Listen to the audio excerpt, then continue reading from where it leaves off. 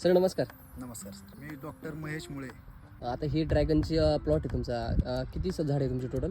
Pole किती आहेत? Total 1100 pole आहेत. हां 1111 हां. 4500 रोप आहेत. आता ही लागण करून किती दिवस झाले तुम्हाला? आता 3 महिने 10 दिवस झाले. आता एकंदरीत आपण जर बघितलं तर हे खालून याच्यावरती निघाले रिंगच्या वरती. हो, हे शक्य आहे का? नाही शक्य नाही.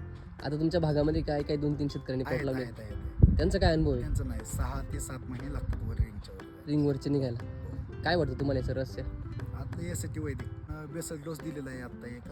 आणि जनरली जर आपण बघितलं की ड्रॅगन फ्रूट लावलं की त्याच्यामध्ये मर होणं हो. सगळ्यात मोठी समस्या आहे. हो. त्यानंतर डाग पडणं किंवा वाढ न होणं ह्या समस्या होतात. तर ते तुम्हाला काही समस्या जाणवली? समक्ष तर काय आले नाहीत इतक्या. बरं. प्रिकॉशन म्हणून घेतलेले आहेत. वाढीसाठी पण खूप चांगलं आहे. हो आता एकंदरीत आपण जर बघितलं इथं रोप आहे तुमचं, बरोबर ना? हो, हा, आणि तिथून सिंगल स्टेम तुमचं वरती आलं, वरती आलेलं आहे. म्हणजे काय कसं लक्षण आहे तुम्हाला काय वाटतं? चांगलं आहे, काही नाही.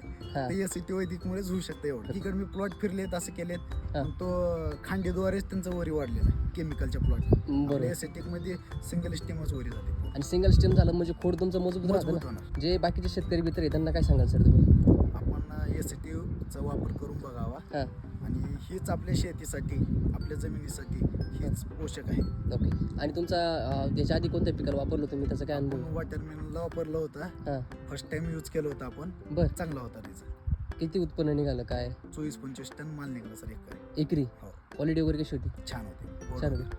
हो. ओके, धन्यवाद सर.